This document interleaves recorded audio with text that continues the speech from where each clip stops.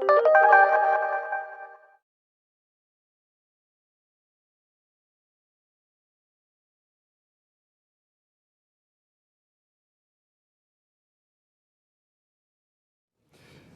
afternoon and welcome. I'm Nolan McCarty, the acting dean of the Woodrow Wilson School. A week ago Sunday, Democratic presidential candidate Barack Obama told an audience of campaign donors in San Francisco the following: "But the truth is that our challenge is to get people persuaded that we can make progress when there's not much evidence of that in their daily lives. You go into some of these small towns in Pennsylvania, and like a lot of small towns in the Midwest, the jobs have been gone for 25 years and nothing has replaced them. And they fell through the Clinton administration and the Bush administration, and each successive administration has said that somehow these communities are going to regenerate, and they have not. And it's not surprising that they get bitter, they cling to guns or religion or antipathy to people who aren't like them, or anti-immigrant sentiment or anti-trade sentiment is a way to explain their frustrations." The denunciations of this remark came fast and furious from both his rival for the Democratic nomination, Hillary Clinton, and the putative Republican nominee, John McCain. Clinton responded that, "I do not believe, as Senator Obama apparently does, that Americans in small towns and small cities and rural areas cling to religion and gun ownership out of frustration. They embrace them. Rather, they embrace them as a matter of faith and a way of life. We are at a point in America where we need to be bringing people together." McCain called the comments elitist and noted that Americans did not turn to their religious faith and cultural traditions out of resentment and a feeling of powerlessness to affect the course of government or to pursue prosperity. He went on to say that their faith had given generations of their families purpose and meaning as it does today, and their appreciation of traditions like hunting was based on nothing other than their contributions to the enjoyment of life. Obama later strongly defended his remarks, if not their exact locution. For 25, 30 years, Democrats and Republicans have come before them and said, "We're going to make your community better," and nothing ever happens. And of course they're bitter. Of course they're frustrated. You would be too. In fact, many of you are. Americans don't vote on economic issues, he continued, because they don't believe Washington can deliver. So people end up voting on issues like guns, like gay marriage, he said. They take refuge in their faith and their community and their families and the things they can count on. And then he goes on to say, here's what rich Senator Clinton says. "Well, I don't think people are bitter in Pennsylvania. I think Barack is being condescending." And then he says to John McCain, he says, "I'm out of touch with people out of touch. It took him 3 tries to finally figure out the home foreclosure crisis was a problem," and he says, "I'm out of touch."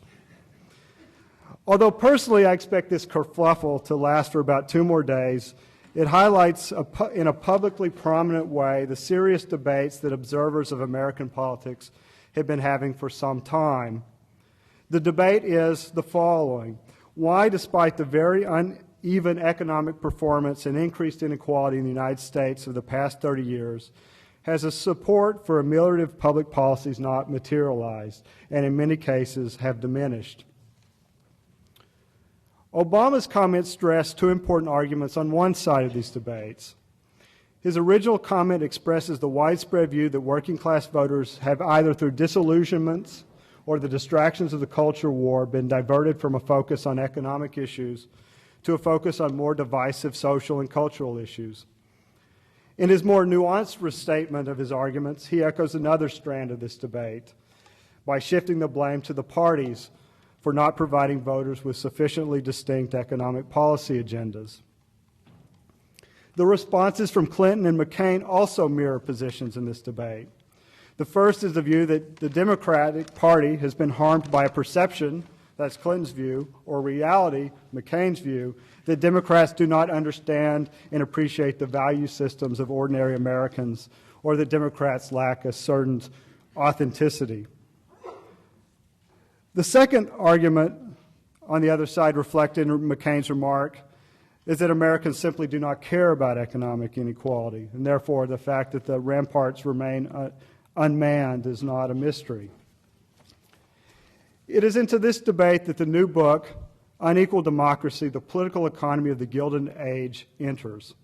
Its author, Larry Bartels, the Donald Stokes Professor of Politics and Public Affairs, does not simply take sides of one of the four existing in this debate, but argues that all four are deficient in fundamental ways as explanations for the political causes and consequences of economic inequality. Through an extensive analysis of economic trends and survey data, Bartels puts forward a variety of new ideas and perspectives that will certainly enliven this debate. On a personal note, let me say how delighted I am to see Larry's book in print.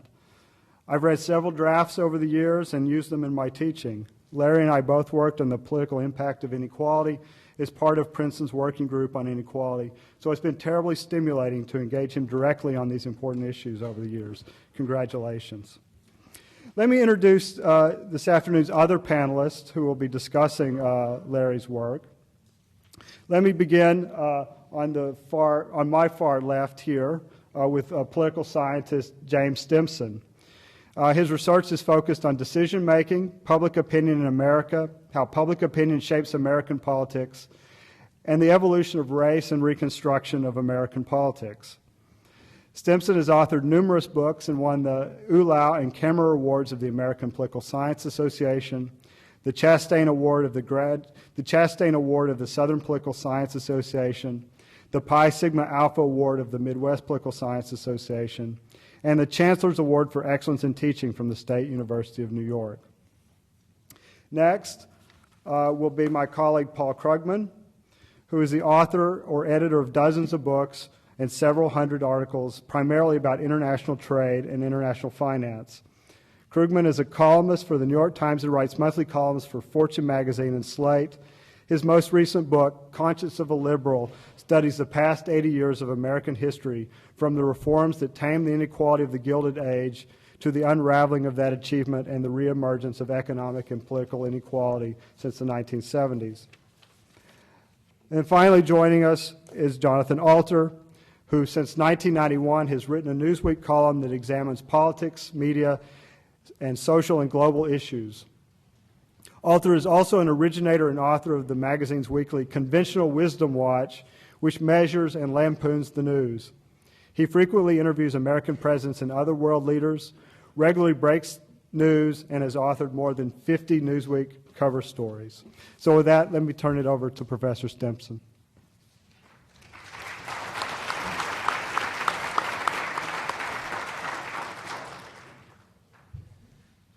Imagine it's a weekday morning, and as many of you might do, you've tuned into C-SPAN.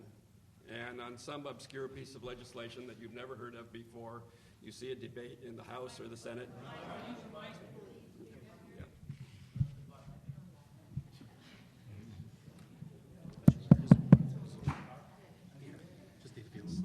So the game is familiar to us all, and in this obscure piece of legislation, it turns out to be the case that there's some issue that involves some program that gives benefits to the poor or taxes the poor, or gives benefits to the rich or taxes the rich.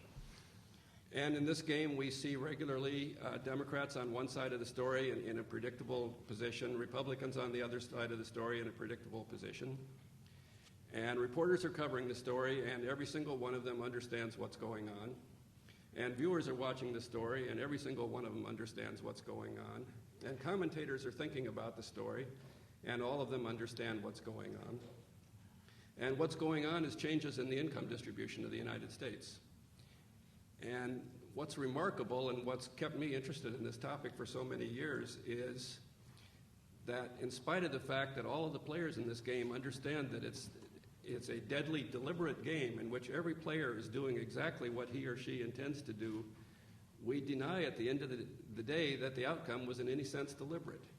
And so that's what's chronicled in this book, that we have a partisan politics that regularly debates in really 1,000 different forms all of the things that might affect how much money people receive and how much of it is or isn't taxed. And people take absolutely predictable positions on this issue, and we work this sausage through the machine. And in the end of the day, we observe that income inequality is growing in America, and we scratch our heads and say, why is that? Where did anyone ever legislate this policy? Well, that's what this book is about. And I think after those brief comments, I might come back later and say more about that.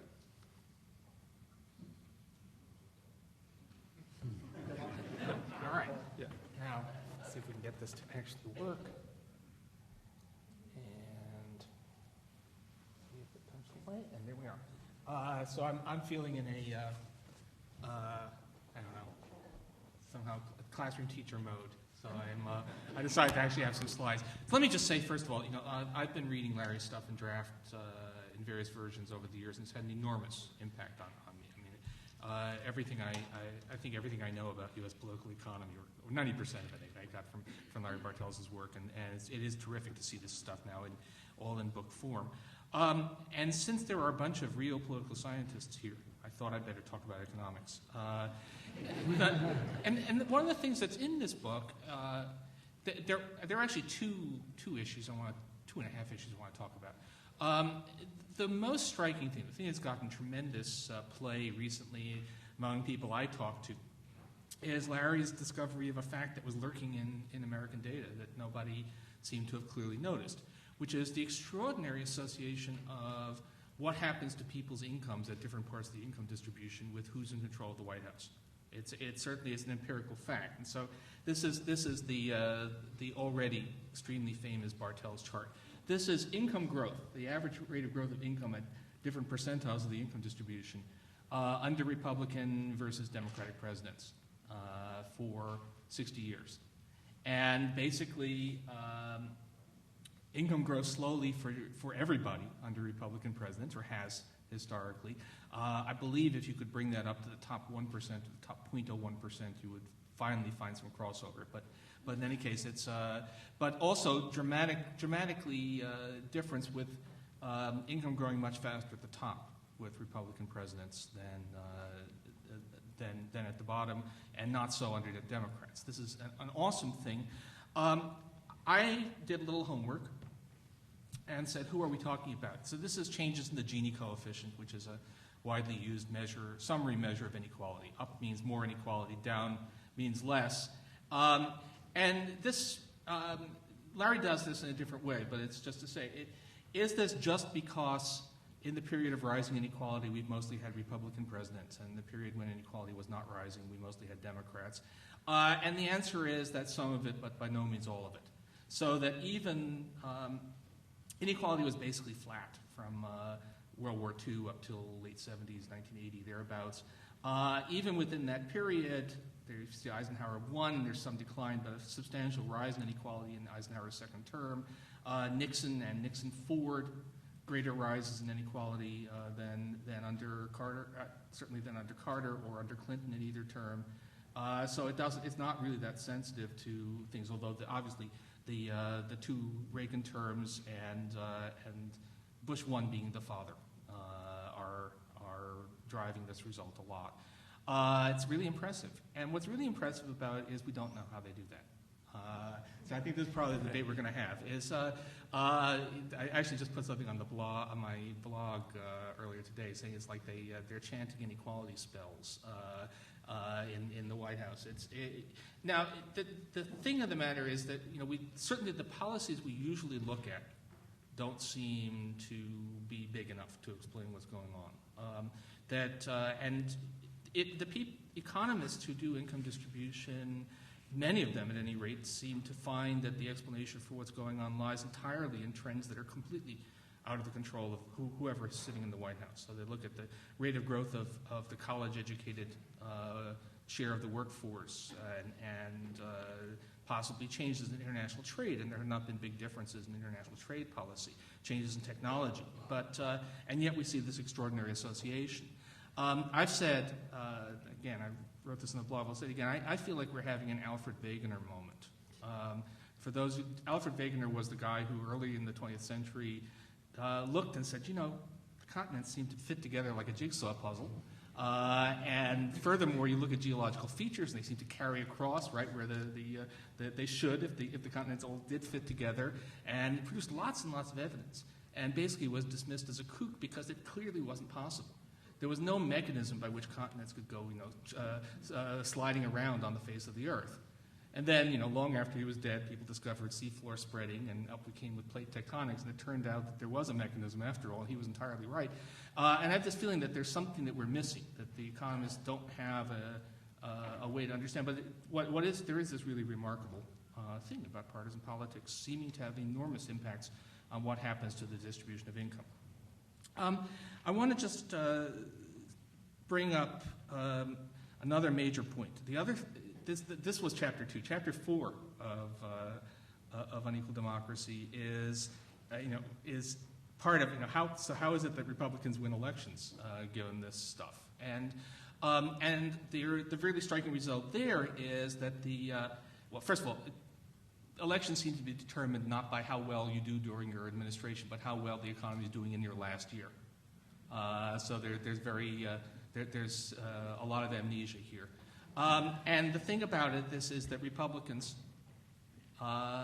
systematically have their best year in their last year, and Democrats tend to have their worst year in their last year, which is, again, a pretty striking result. And I tried doing the same thing there. This is rate of growth in the election year, and it's by the president in whose term it was. And what I would say here is that we think we know more about what actually moves the economy in the short run, know more about monetary and fiscal policy than we do about income distribution policy. And I have a problem, because I can see only 2 stories in here where I really believe that the political business cycle is a big thing. One of them is Nixon, no question. It's widely believed by just about everybody. I think I've seen Nixon being described as the poster child for the political business cycle. That Nixon and a partisan chairman of the Federal Reserve pursued an irresponsibly expansionary policy in 1972, saying, never mind inflation, we've got to get this guy reelected. And so that's one we believe. And I think you can argue in a kind of perverse way that Carter is also an example, because Carter did the responsible thing and appointed Paul Volcker to head the Federal Reserve, a man who made it clear he would do whatever was necessary to bring inflation under control, even if it meant a nasty recession. And arguably, a Republican president would not have done that. So maybe that's the story. But in some ways, I'm even more mystified here, though I don't think there's the same amount of sensitivity analysis to know what happens if we take out Carter and Nixon. But it's Reagan. I happen to know a little more about that, and they certainly didn't plan to have to have their big boom in 1984. They didn't plan on Morning in America. They thought they were going to have their big boom in 1981. It was a complete surprise to them that things went so badly for the first couple of years. So I don't think that's right, and I don't think you can say that Gerald Ford was gaming the business cycle either. So it really is a mystery. Just the last thing, some of the paper titles have changed in the book, and I kind of liked the old one, so I really liked it, though I know there's more in the chapter, but I like What's the Matter with Kansas. But one that has remained is Homer Gets a Tax Cut, which is about how little people understand, and this is, I thought, if you really want to have despair, this is showing, I actually did, I had thought that maybe the fact that higher income people have higher voter participation could explain why so many people supported that tax cut. But you can work it through using the best estimates of the ultimate impacts on income distribution. And the fact is that no more than a third of the voters should have been anything but extremely upset about that tax cut. And yet, there we were, and the reason is because most people have no idea what's really going on.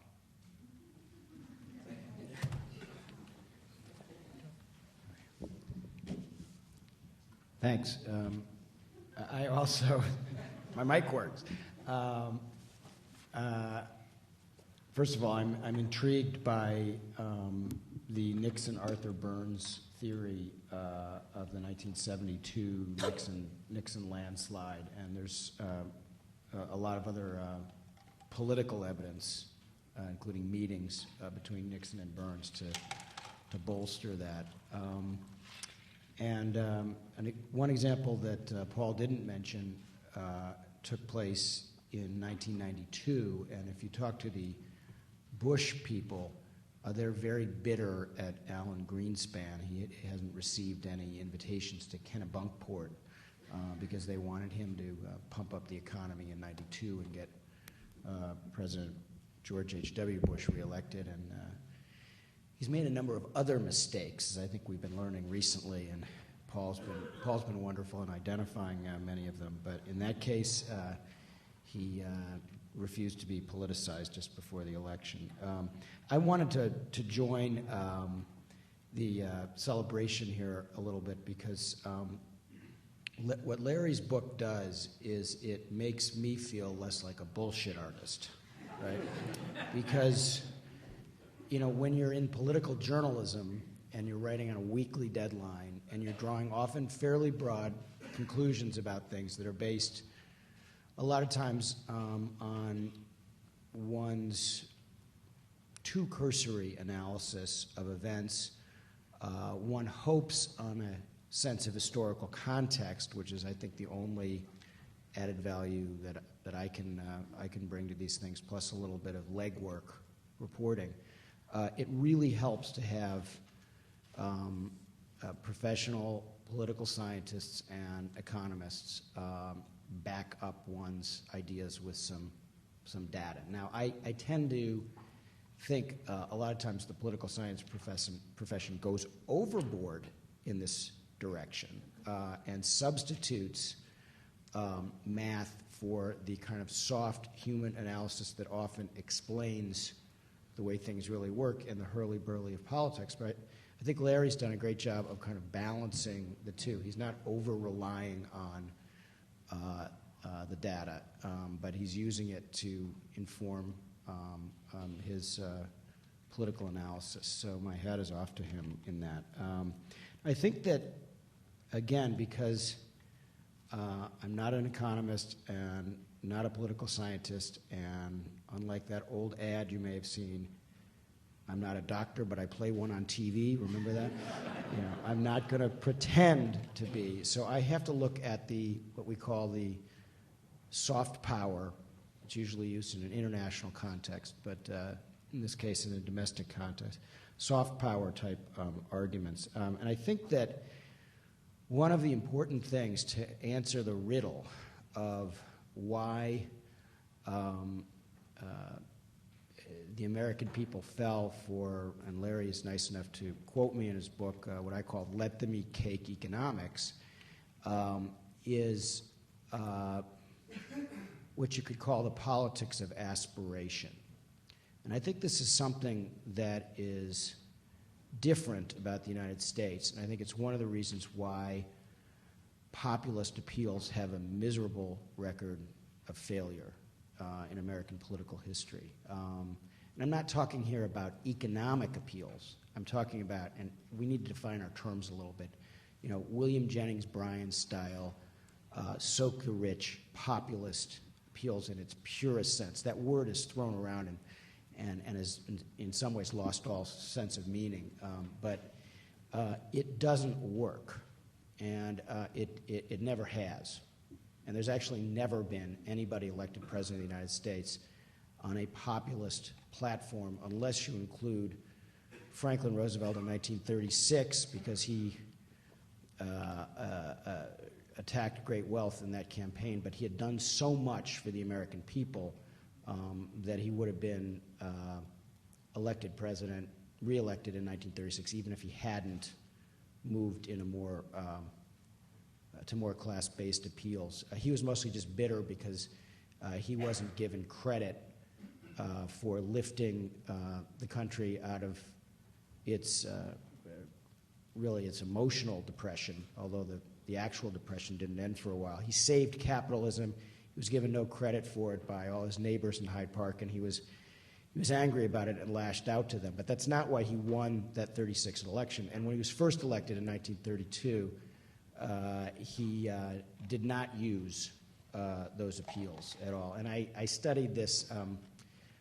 You know, normally I'm really grateful for the very short introduction because I hate the long ones, but I do want to point out that I did have a book that came out about Franklin Roosevelt and the first 100 days in his election as president a couple of years ago called The Defining Moment.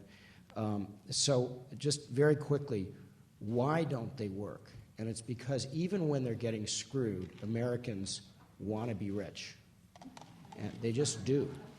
And we can, and so bashing the rich doesn't really work politically. Now, identifying how middle-class people are getting screwed, that can and does work, but there's a distinction between that and actually trying to run on essentially a soak the rich platform. And it goes very deep in this country, in the marrow of this country, why people come to the United States as immigrants. And we are tied up in material advancement. And even though the Horatio Alger story is really a myth. I mean, it was fiction. It was 19th century fiction. And if you actually look at the numbers, not very many people had this tremendous social mobility. But that dream, the American dream, as they call it, is powerful. And politicians who don't recognize it do so at their peril. And I don't think it's going to be fatal to Barack Obama, but I do think that was his tonal problem. He should have used another word, frustrated, angry, all would be accurate, but bitter. People don't want to think of themselves as bitter. When you see somebody whose whole family has been killed by a gunman, and they're interviewed on TV, the soundbite that you always hear from this, well, I'm very sad, but I'm not bitter. People don't like to think of themselves that way, and so you have to be very careful in how these appeals are framed.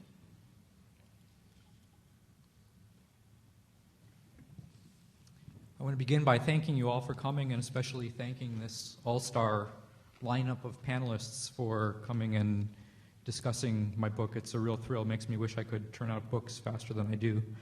I want to say just a little bit about the overarching themes of the book and then respond to some of these very interesting questions and reflections. I intend this as a book about inequality, which is a really hot issue given what's happened in the U.S. over the past few decades. I think it's politically very important. But I also intended it as a book about democracy and have tried to use inequality as a kind of laboratory, the politics of inequality as a kind of laboratory to understand something more generally about how democracies work. And I have to say, I'm not particularly optimistic about my reflections about democracy on the basis of what I've seen in this issue area.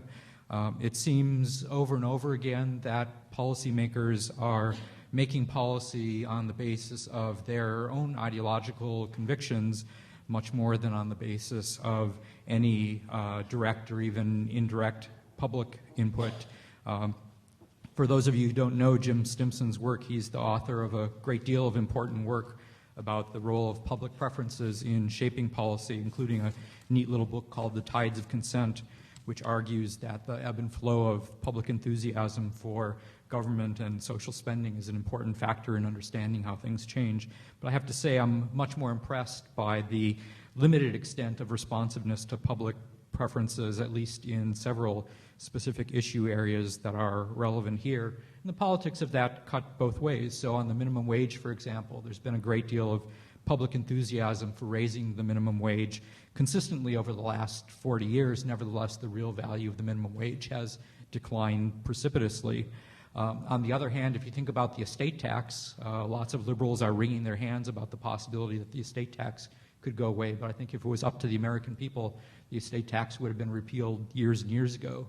And it's only with the recent advent of Republicans to positions of power in Washington that they've been willing to go ahead and try and make that happen. It wasn't the public preferences that stopped it from happening, or for that matter, have made it happen in recent years.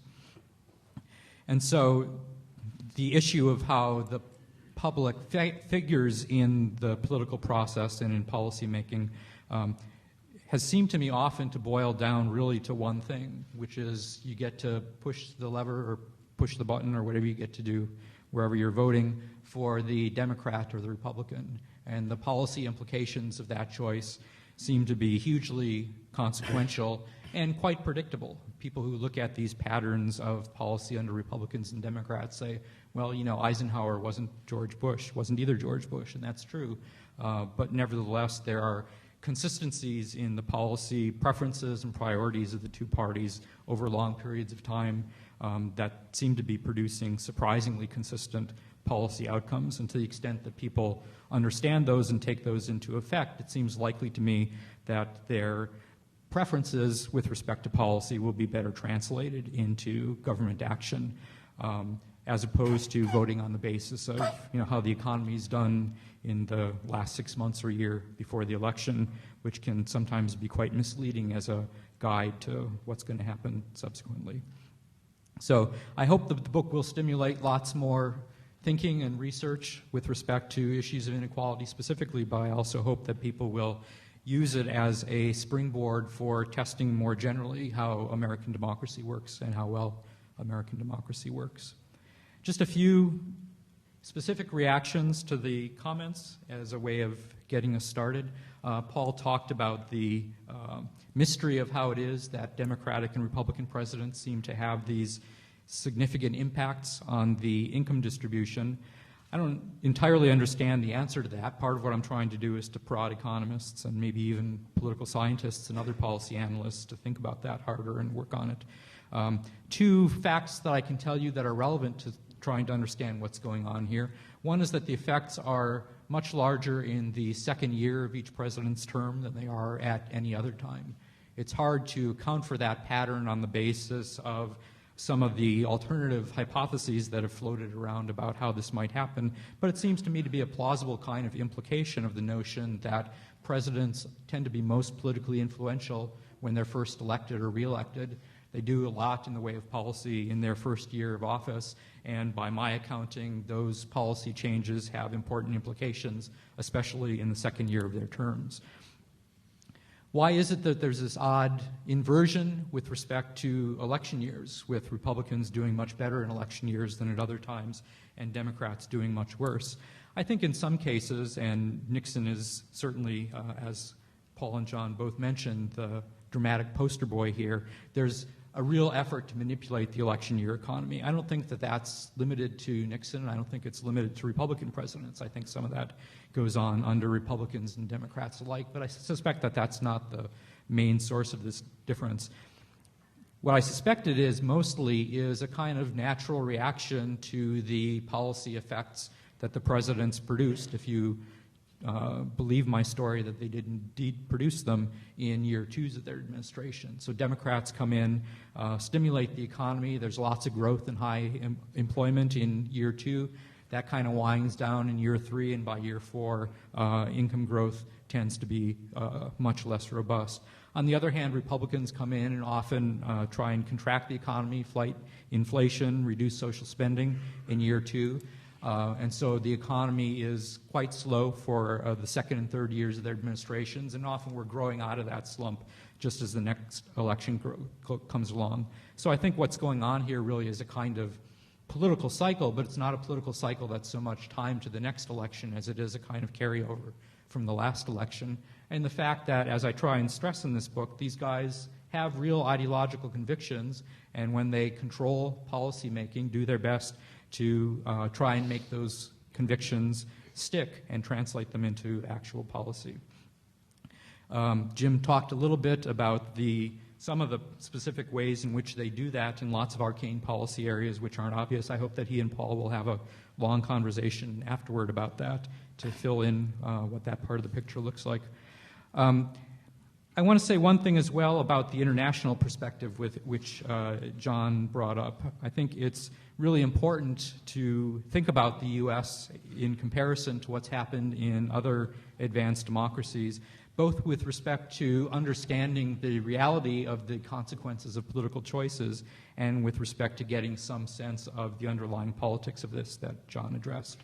On one hand, for people who are skeptical about the notion that policy and political choices could have the kind of impact that I've ascribed to them in this world where there are so many economic trends contributing to increasing inequality, changes in technology and globalization and demographic shifts. I agree that all of those things make it much harder to build and preserve the kind of economic equality that we observed in the U.S. in the immediate post-war period. On the other hand, those kinds of external economic shocks have affected all the advanced democracies in roughly similar ways. The difference really, I think, is in the political response. In the U.S., there's been rather little political response. We say to ourselves, well, those are market forces, and we let them have their way. In most other democracies, there have been more aggressive attempts to fight those external trends, to constrain their effects through public policy. And so while almost every other country besides the U.S. has been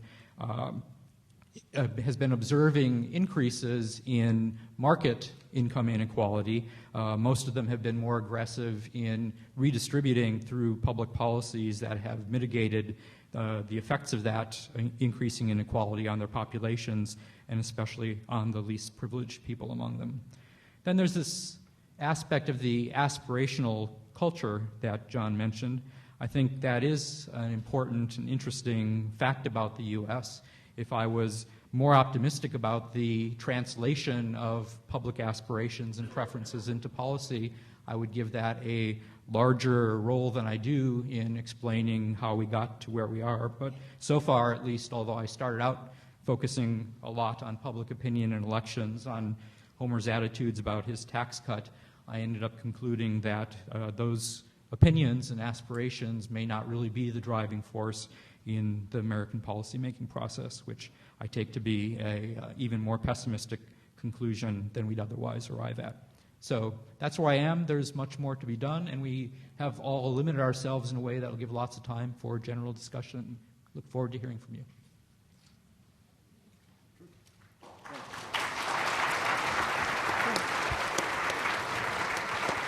Okay.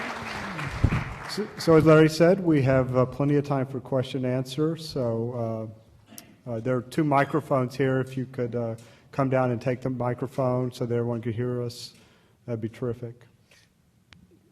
Could I just ask, Larry, I didn't quite understand that last point about aspirational politics. Could you clarify that? I mean, I'm a little thick on that one. Yeah, I guess what I have in mind is that if the aspirations of ordinary citizens were what was driving the policy-making process, then the fact that they don't seem to be pushing for European-style solutions to inequality might be a really central fact of the explanation for why we don't have them. But I have been... because they don't care about equality, they care about getting ahead for themselves. So they wouldn't push an equality public policy agenda because it's not as important to them. Right, so that would be the explanation for why we don't see that agenda implemented if their preferences were what was producing the policies. But my concern is that policy is so much driven by the ideological convictions of whoever happens to be in charge that even if the public had rather different views than you described, it probably wouldn't be decisive. See, this is where the politics really intersects, because the ideology, the conservative ideology, is driven and buffeted, bolstered by their knowledge of this aspirational culture. So they know when they're drafting these right-wing policies that they can get away with it because of the American aspirational political culture. So they are connected in that sense. Now, it may not be that people are expressing those views in conventional political ways. It might be at the subtextual level. But that is what gives the conservative policymakers their confidence that they can implement let them eat cake economics. Well, I think their confidence is the important part. It may be that confidence is derived in part from their reading or even misreading in some cases of public opinion. On the estate tax, for example, I think they were confident that they could, if not repeal entirely, at least reduce considerably the estate tax because they thought they had generated this public antipathy to it. In fact, my story is that the antipathy existed long before, and if they had had the... Right, for reasons that we agree on, because everybody thinks they're going to die, hugely wealthy, even though only a tiny, tiny, tiny number of them, as you establish, would be, even subject to the tax. So we're really saying the same thing in a lot of ways, I guess. But my point is that if they weren't confident about the public reaction and went ahead and did it anyway, they'd be able to get away with it to a surprising degree. And for that matter, when Democrats are in charge and implement their ideological convictions, I'm impressed by how little they're constrained by public demands or public sentiment with respect to particular policies. Would either of you like to jump back in on this point or before we go to questions? Okay, the microphones are available.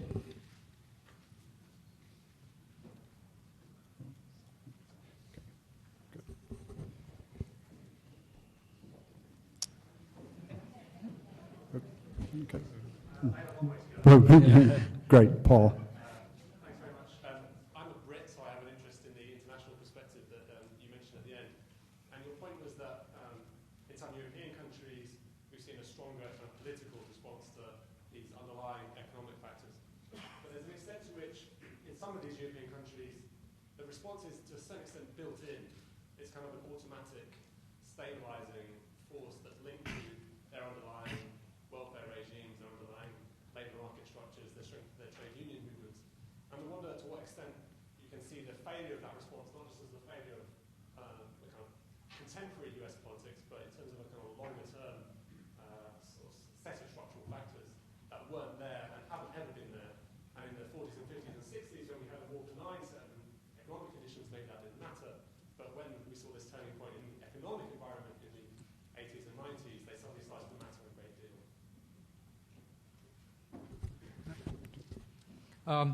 I think that's an important point. The way people describe the American political system often is as one in which it's hard to get anything done because of the separation of powers and checks and balances. That sometimes seems to contribute to the inability to deal with external shocks. And so you could say to yourself, well, we're just less nimble as a political system in addressing these issues when they arise. I think that's probably part of what's going on here, although certainly not the only thing. The decline of unions, I think, is an important part of this story. Other people know much more about that than I do. The one instance in which I looked at it in some detail for the book was in my analysis of the minimum wage, and there it appears clear that the increases in the real value of the minimum wage in the early part of this period were associated with the relative strength of labor unions, and that the decline of unions in the last 4 decades have played an important role in the decline of the minimum wage. But it seems quite plausible that that's been true in other policy areas as well.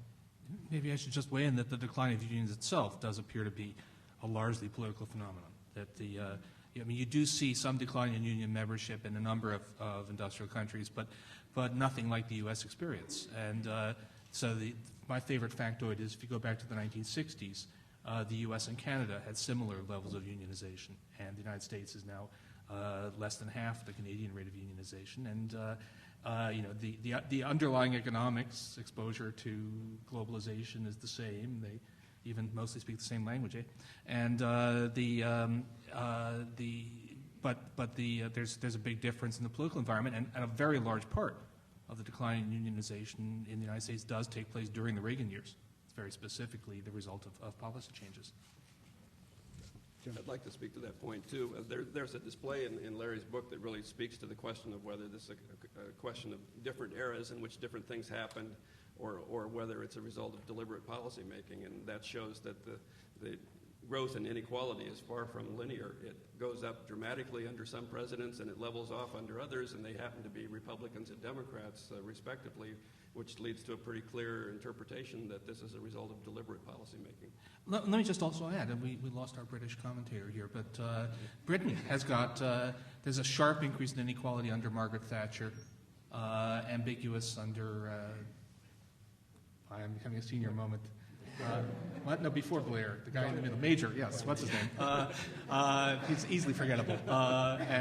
And a leveling off under Blair, although it's interesting that not a reversal, and the top the top 1% in Britain continues to pull away from the rest.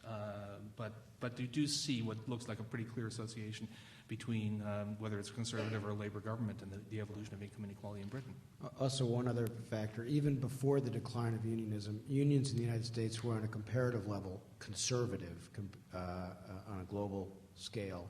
For instance, they opposed Social Security in 1935, and they were quite conservative on foreign policy issues for a long time, which provided some alliances with Republicans that famously in 1980, the Teamsters, for instance, endorsed Ronald Reagan. And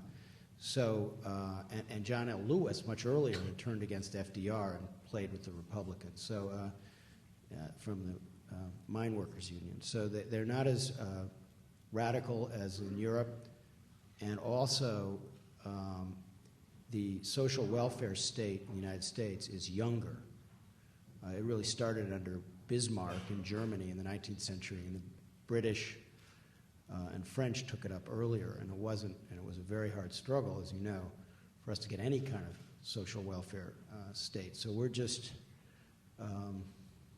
behind the rest of the world on a number of these economic equality issues. Terrific. In the book Free Lunch by Johnston, he talks about the subsidies that governments have, that local governments and state and federal governments give to entities such as Walmart to come to this location as opposed to this location. And those subsidies end up being paid by the people. They're given to the organization, and that organization then lives oftentimes off those subsidies. They don't pay taxes, so that people have to pay additional taxes. And for instance, George Bush made his fortune out of the subsidies that they built the stadium, and he made all his a significant portion of his money, according to this book, because of the subsidies that were given to build the stadium. And that happens all across the United States. There are stadiums that are built by the public. They generally don't make taxes, and therefore there is a transfer of money to the rich on that basis, according to this book. Sure, corporate welfare, we call it. Yeah, There's a big debate as to whether to use that word corporate welfare, and Clinton, some people wanted him to use it, others didn't, and when he was president, he ended up not using it to the chagrin of a number of his advisors. But it's a huge problem. They're unbelievably hypocritical, as you indicate, and they're, what Ronald Reagan talked about, welfare queens. That was a myth, but corporate CEOs at the public trough, feeding at the public trough, is all too true, as you said. Part of the specific issue here is the competition among different localities to try to attract business, which puts them in a weaker competitive position vis-a-vis the businesses than they would be otherwise. But even in situations where that isn't true, business interests seem to have a great deal of impact over public policy. That's probably increased in recent years because of the increasing mobility of capital. And this is an instance in which Paul can say much more than I can. But I think globalization has certainly increased the political power of capital vis-a-vis both labor and other interests within the society and vis-a-vis the state itself. And that's an important part of the story here.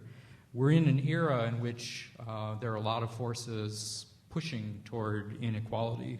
I'm just trying to say that the policy choices we make at the margin are hugely consequential about how much that happens and how quickly it happens. And maybe that the choice now is not between Democrats who will reduce inequality and Republicans who will increase it, but between Republicans who will increase it a lot and Democrats who will keep it from increasing much more than it already has.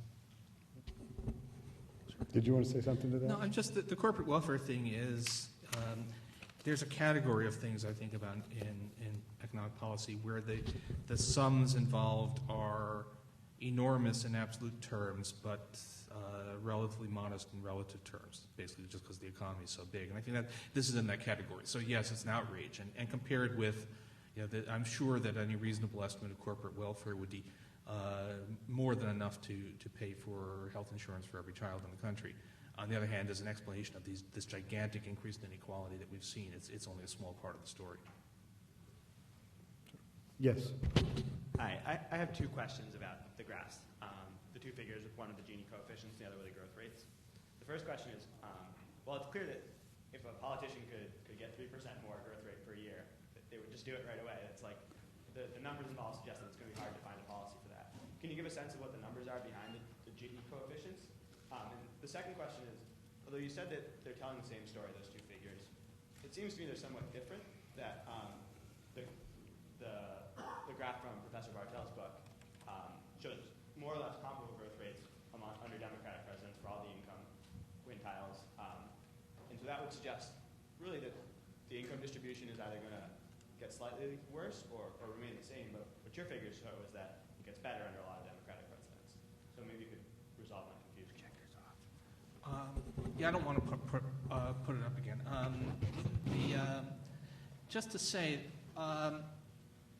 this is looking at the Bartels figure is looking across the whole sweep of 60 years, and it is true that income inequality declined substantially under Truman, Kennedy, and LBJ, but it did increase, although only modestly, under Clinton and Carter.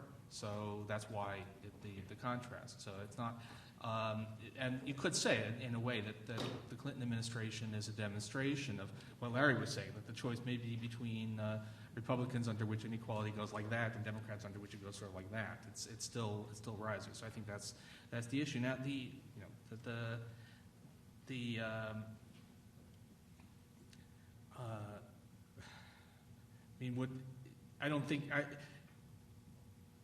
I think part of the answer of why don't presidents just go and do this and get 3% higher? I know it's not 3% higher, but why don't they just go and get higher growth for everybody? Is that first of all, to the extent that they do this, they themselves don't know quite how they do it, and secondly, the ideology. I mean, I think it was last month that President Bush said that the lesson of his administration was tax cuts work. Which just, I think, sort of gives you the extent to which ideological beliefs are completely insensitive to the actual data in front of you.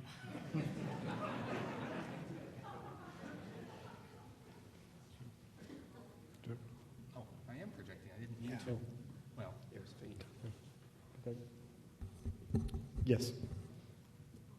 I'm wondering. It certainly seems plausible that your argument is correct, but there's only a few data points, right? 12. How many administrations have there been since the World War II? And I'm wondering both have you looked at other countries with a similar, left wing versus right wing, or somehow some comparison of economic growth rates between different systems, as well as can you go back farther than that? And then my second question is can you look at from 1850, for instance, upwards? And the other question is to the extent that, as Professor Krugman said, the administrations don't know why things are happening this way. What does this really tell us? The answer to your first question is that I haven't looked at other countries, but that is possible, and I hope that somebody will do it. I haven't looked at the U.S. before the late 1940s because that's when these data about the distribution of income begin to be reliably available. So I've gone back to the beginning of the period for which we have the data, but not further back than that. But the analysis is not at the level of administrations, although both of us summarize the story in terms of administrations or even in terms of comparing all Democrats to all Republicans. The analysis that I do in the book is using annual data and looking at patterns of income growth in each year since the late 1940s and trying to account for those not only on the basis of the partisanship of the president, but also on the basis of various kinds of time trends and before and after the early 1970s shift in the nature of the economy, and including oil price shocks, including the possibility of trickle-down growth from higher income levels, changes in the structure of the labor force. So there are lots of other things that factor into this analysis, but reproduce essentially similar partisan differences to the ones that are in the raw picture that Paul showed you. Larry, can I just ask a couple questions that come up with that? How do you correct for the fact that Republicans have been in power twice as long since World War II as Democrats? How do you correct for that? And then the other thing is, I know you do some of this, but could you talk a little more about the externalities, like a winner-take-all society is partly a function of tax policy, macroeconomic policy, but it's partly a function, as you say, of technology. And how do you kind of disaggregate the externals when you analyze it? There are a variety of ways that I try and do this, most of which boil down to allowing for some kind of arbitrary trends over this period that are over and above whatever effects we attribute to the president. So if you imagine a linear increase in inequality over this entire period, that's not quite what's happened, but if you just kind of picture that as a simple way of thinking about it, and then ask yourself, are the deviations around that trend higher or lower under Democratic presidents or Republican presidents? That's the logic of the analysis here. And that helps to control for the fact that not only Republicans have been in office more, but Republicans have been in office more frequently in the period of growing inequality. So I try and tease out the extent to which that's due to when they happen to be in office as against the particular kinds of policies that they're implementing. What is it that they understand about these policies? I think an important thing that they understand is the relative impact of unemployment and inflation. Democrats have typically worked much harder to try and keep unemployment low. When unemployment does go up, the impact on incomes is largely on people near the bottom of the income distribution. People near the top of the income distribution, their income changes are very little affected by increasing unemployment. Inflation is exactly the opposite pattern. It has a big impact on real income growth for people at the top of the distribution, very little impact for people at the bottom of the income distribution. And so insofar as Republican presidents focus on inflation against unemployment in instances where that's a real policy choice, you'd get exactly the kinds of consequences that you see. Can I just ask one other thing? I'm sorry to That's what you're here for. Question a little bit, but could you talk a little bit about the earned income tax credit and how much you think that little-known program contributed to the fact that Clinton had a slower rate of growth of inequality than Republican presidents? I think that probably is a pretty important thing for people near the bottom of the distribution. The earned income tax credit has been supported pretty consistently by political figures in both parties, but the biggest increase, I think, Paul can tell me if this is wrong, came under Clinton. Yeah, they sort of slipped it through. Nobody quite. This was something where people, I think, didn't quite understand, or at least a lot of the players didn't understand the legislation. They slipped it through. Yeah. So it was a big increase. And I think, this is a technical point, I think it does show up in the census definition of income. Yeah. So it's where it is. So even though it's related to the tax code, it would actually show up. So it is one of the factors in there. Mm-hmm. It's been pretty popular politically, in part because it has fewer of the kind of negative connotations that Republicans and businesses associate with the minimum wage. So rather than forcing businesses to pay these people higher salary, higher wages, what we do is have the government give them some money back instead. And so it's, I think, experienced much less resistance from conservatives and Republicans. Yeah. Also, the main thing about why it kind of came in under the radar is it has a really boring name. You're asleep by the time you get to the end of earned income tax credit. So basically, nobody knows what it was. And this was a huge frustration for Clinton because it was arguably his major domestic achievement in a lot of ways. And they, you know, I asked him once, you know, don't you wish you had come up with some other name for this? It started under Reagan, but it greatly expanded under Clinton. And he said, yeah, you know, we should have called it something else. But I think Paul makes a good point that if they had called it something sexy so that everybody realized that there was this income transfer to the working poor, it basically rewards the working poor by the government sends them a check. Unfortunately, they have to know about it and apply for it. I think it should be done automatically by the IRS. But nonetheless, millions of the working poor saw their standard of living increase sharply when Bill Clinton was president. But it may be that if they had named it something that was memorable, it would have aroused more opposition. And so they're better off with the boring name. This is sort of that? Well, sort of possibly, irrelevant. although I was just going to say, as you said, there are a lot of people who don't recognize that they're entitled to it because it's gone under their Right. radar as well. That's right. Progressive policymakers, I suspect, will be enthusiastic about trying to expand the earned income tax credit under whoever the next Democratic president turns out to be. But focusing on the issue of implementation might be at least as important in policy terms. Can I just say that one thing that the Republicans seem to have a serious advantage in is in naming legislation, partly because they have no sense of shame. Yeah. And so I've been saying that at some point all bills will be named MPAPRA for the Motherhood, Patriotism, and Apple Pie Reconciliation Act. They really look at that, and the Democrats tend to actually sort of name them for what they do, which is much less effective. Yes. Hi, I was just wondering if you could say something about Congress, who seems to be pretty missing in action in all of this discussion. Yeah, this chapter that we've been focusing on about the impact of Democratic and Republican presidents has a little footnote that says Congress probably matters too, but it's impossible to tell because of the pattern of control of Congress in this post-war period. There you really do have the impossible task of trying to sort out whatever trends are occurring over time from this kind of big lump of Democratic Congresses at the beginning of the period and then a shorter lump of Republican Congresses at the end of the period. And so it's just impossible statistically to tell what the independent impact of the partisan composition of Congress is, but it would stand to reason that there is some. See, that's what we get to do in journalism. We don't have to worry about the lack of clear data. We just know the Congress was bought and paid for. It was bought and paid for by moneyed interests, and that goes a very long way to explaining the pickle that we're in. It's not a lot more complicated than that.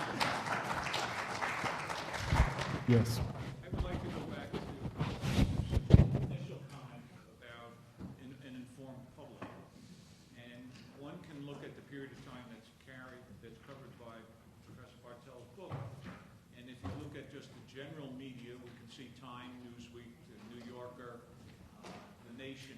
The quality of their reporting has all improved. The quality of their presentation as well as their coverage of the facts. You look at the information that's available to the general public either through the internet or through general education. And the question I have is, what is it about and this is directed to Professor Bartels, what is it about our system that allows a portion of the public to fully understand the issues, but seem to have very little impact on the outcome? And I would question that in terms of, what do you mean by democracy if, in fact, we seem to have this capacity to ignore the basic facts that are available? Can I say I do not.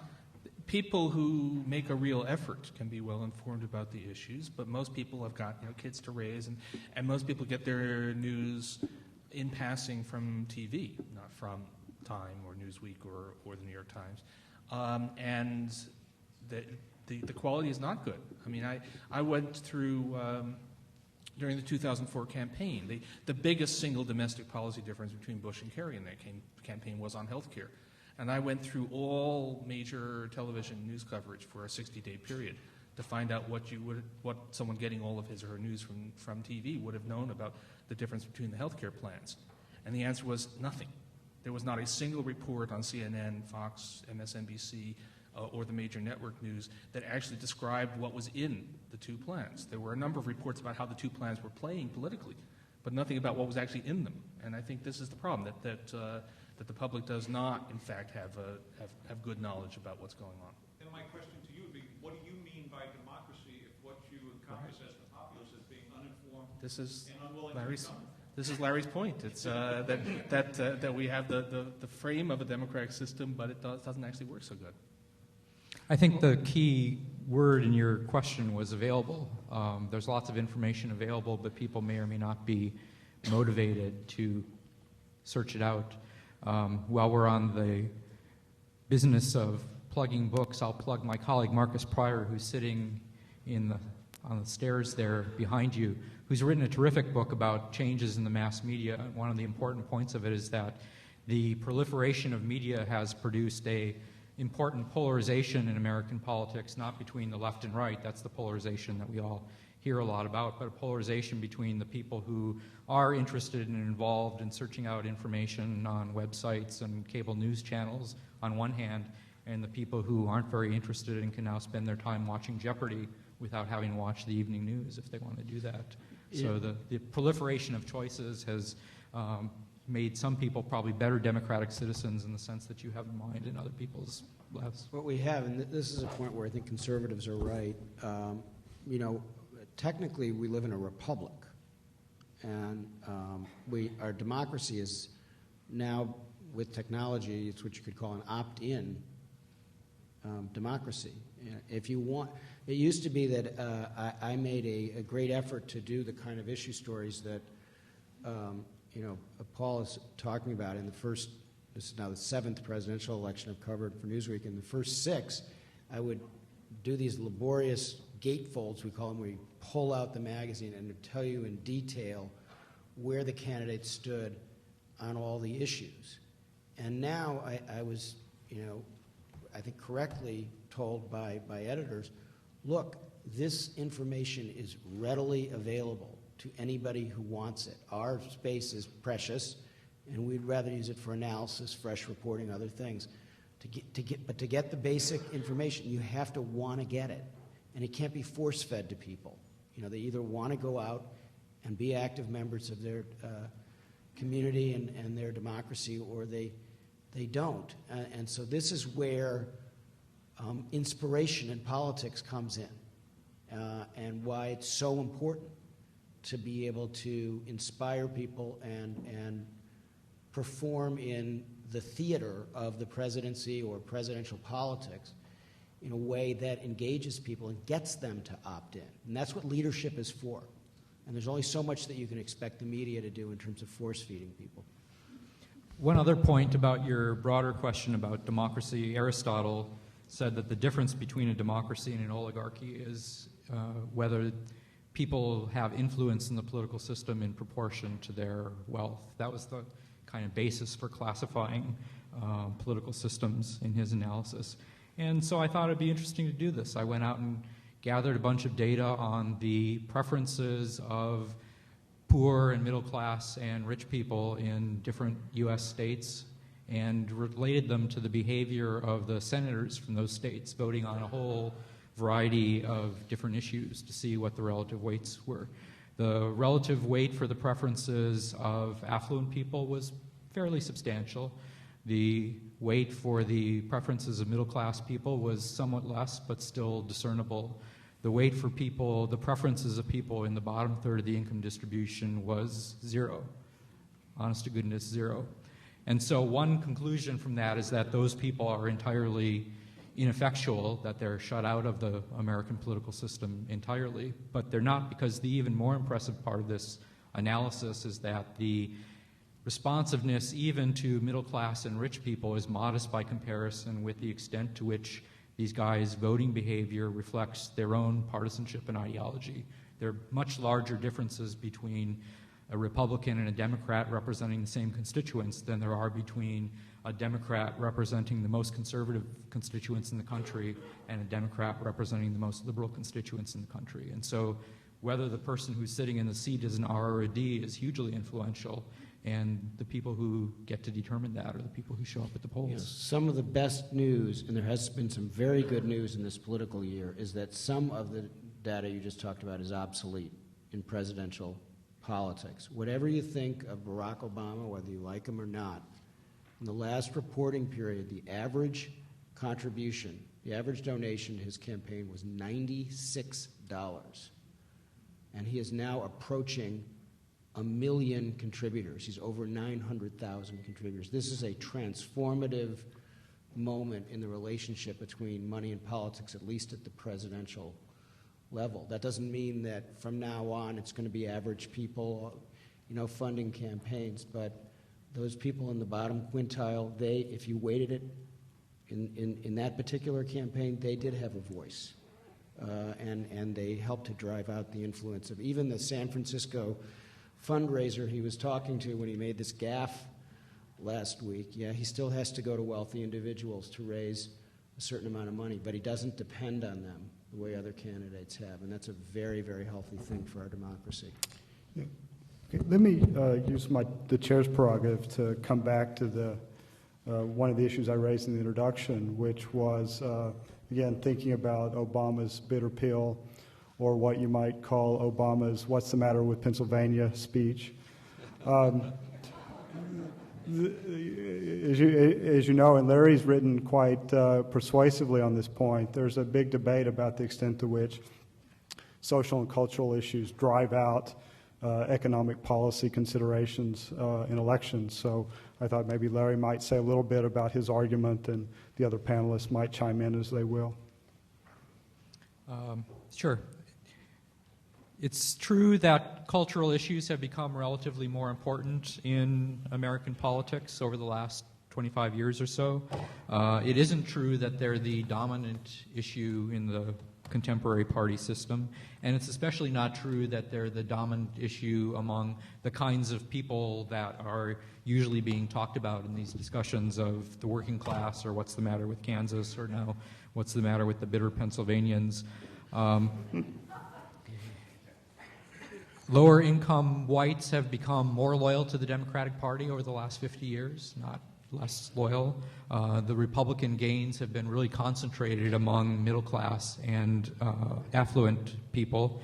And the people who are voting mostly on the basis of social and cultural issues are the middle class and affluent people, not the poor people, not the less educated people. If you look at the weight of views about abortion on people's presidential votes in recent elections, it's on the order of 2 or 3 times as large for people in the top third of the income distribution by comparison with people in the bottom third of the income distribution. That's true for gun control. It's true to a lesser extent for immigration, but most of the kind of issues that people think of as hot-button social and cultural issues seem mostly to be agitating people at the top of the income distribution rather than people at the bottom of the income distribution. Then the question is, why do so many analysts seem to get this so wrong? I think that has a lot to do with a lack of touch with ordinary people on the part of the political chattering class. This struck home to me when I read Barbara Ehrenreich's book about the minimum wage workers, nickel and dime. Some of you may remember this. Was published 6 or 8 years ago. And the book is a nice read. It's really interesting and important. But what struck me most was the critical reaction to it. Newsweek and the New York Times and all the major media outlets talked about how shocking and riveting and surprising this was. And I thought to myself, you know, if these people ever talked to somebody who was earning the minimum wage, they wouldn't be surprised to find that these people put up with a lot from their employers and they struggle to make ends meet. It's not a surprising story to a big chunk of America, but it is apparently a surprising story to people who follow politics because they follow it from a distance or focus on the part of it that seems most important to them and to the political outcomes rather than to the people who are being affected by these policies. Yeah, I just want to say that I took one of the big lessons I took from Larry's work was that the social, cultural issues are just a lot less important than people say. And what we have is a sort of uncontrolled experiment in whether that's true right now. I mean, and by the way, I'm astonished that the word that matters is not bitter. The word that matters is clean. Cling. It's a huge difference between saying people are angry and upset, and saying people are angry and upset, and that's why they go for this God thing, which is the way that the remarks can be read. And it's as near to sounding like the Republican caricature of what a Democrat is about as you could get. Now it may not matter that much, particularly because people don't want to play into that stereotype yet again. But it's a really serious thing. Of course, the other thing I took from Larry's book is that the thing that really explains the big switch in American politics is not social, cultural, but the racial realignment. So we're doing a couple of experiments in this election, neither of which are necessarily, I'm not sure that Democratic Party leaders would have chosen to make those experiments if they thought it through. Okay, a plug for another book, which is an older one, but published by Princeton University Press, so it's okay to mention it. Issue Evolution by Jim Stimson and his colleague Ted Carmines is the best book I've read about that transformation. I agree that, politically, I think Kling is the problem short term, but because of what Larry describes, because guns and religion and these other issues are not driving voter behavior, that's what will ironically possibly save Obama in this. Yeah. For the very reasons that you described, that it is not what they ultimately vote on. So his misreading of the public worked out eventually to his benefit. But the reason that I focused on Bitter is that you've got to appeal to what Lincoln called the better angels of people's nature. And I think that Bill Clinton, when he was piling on yesterday, Hillary piled on by doing shots and like saying she had gone hunting when she was a little girl. Bill, I think, much more cleverly piled on by saying, I talked to somebody just before I came in here today, and he said, in our town, we're not bitter, we're proud. And that really, he's been off key in a lot of his remarks lately. He's kind of rusty, we've seen it, but on this he was right on the beam. That you have to, on some level, appeal to people's hopes, and this is where.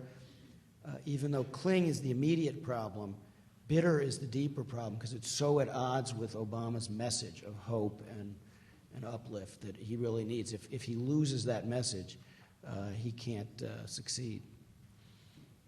Yes. Yeah, I think what's disturbing to a lot of people today is the direction that our economy is going. I hear these politicians talk about, well, the price of food is high because wheat and corn are going into biofuels. Well, why doesn't one of these candidates say, well, we'll go to Brazil next year and get sugar for our biofuels? Or why doesn't somebody, when they're talking about the high cost of gasoline or fuel, when truckers have to go out of business because they can't afford it, why don't they tell people, hey, let's tell everybody not to drive one day a week. We'll see what will happen to the price of oil then. But nobody is saying these things. I mean, the press is talking about basically the run for the president and in one particular party. That's what they're spending their time on. And I don't hear people screaming. I remember a picture once where a guy stuck his head out of the window and said, I'm not going to take this anymore. Network. Only people that are past 6 or 7 decades will remember that. Anyway, but why is this not happening?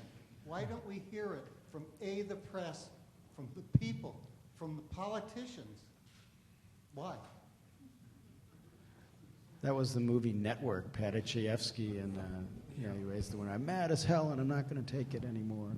I think you're hearing it more. I think that this is one positive thing that's coming out of this is, and the reason that Obama is not retreating that much is because people are frustrated and angry, and for a lot of good reasons. And so you're seeing more of that increasingly reflective. But I think Larry makes the point that while the politicians in some ways are more in touch than the reporters and the journalists, because they are out there talking on a daily basis to ordinary people more than people in my business, and I think it is a problem. I mean, you know, the advantage is, it used to be that reporters didn't go to college. Many of the great reporters from the early part of the century, and they came from the people. Now everybody's gone to Princeton, you know, and they're not as connected to common people, and I think it does hurt our profession. By the way, in the movie Network, the corporation wins in the end. What? The corporation wins at the end of that movie. Yeah. One of the things that complicates this, I think, is that people's understanding of their situation is based and grounded in part in their own situations and experience, but also in what they hear in the culture around them. And Paul is obviously a dramatic exception to this. Much of the discussion about economics over the course of the last 8 years has focused on aggregate economic statistics that look rosier than many people's own personal experiences, because so much of the income growth has been weighted toward the top of the distribution. So there's, I think, in some cases, unmet need to put people's own experience into a context that will help them to understand where it comes from and what they ought to do about it. Terrific. We have time for one more question. I have a question to Larry. You mentioned the role of globalization and mobile capital, and people who write about it seem to have sort of two arguments. One is that income redistributionary policies seem to be constrained by the impact of global mobile capital. The other counter-argument is that the first argument is simply used by politicians to point to globalization as a boogeyman of sorts, and shift the blame for the policies that would be unpopular otherwise. What do you think on the issue? I think this is a question for Paul Krugman.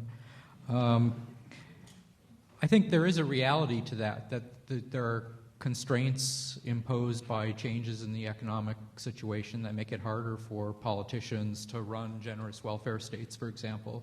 But I think it's evident from the experience of other democracies that by itself doesn't explain the way things have gone in the U.S., that there are lots of other places that have succeeded pretty well at running the kinds of countries that they want to have in spite of those considerations. Yeah, there's an argument that you can't tax corporate profits at the rate that they were taxed once upon a time because capital is mobile. But you can still run a vastly more generous welfare state than the U.S. does. You pay for it with value-added taxes. You pay for it with social insurance premiums. So, I mean, the Nordic countries are, you know, they may be not quite as all-enveloping in their welfare states as they once were, but they're far more than anything that has ever happened in U.S. experience, and they do okay in international competition. So it's the notion that globalization makes it impossible for you to have national health insurance and strong income support policies and so on down the line is just, you know, it's just not the United States is uniquely at one end of the distribution in terms of those policies, and a lot of the countries that are at the other end seem to be doing just fine in world markets. Terrific. I would like to thank the panelists for a terrific discussion of what's going to be a very important book.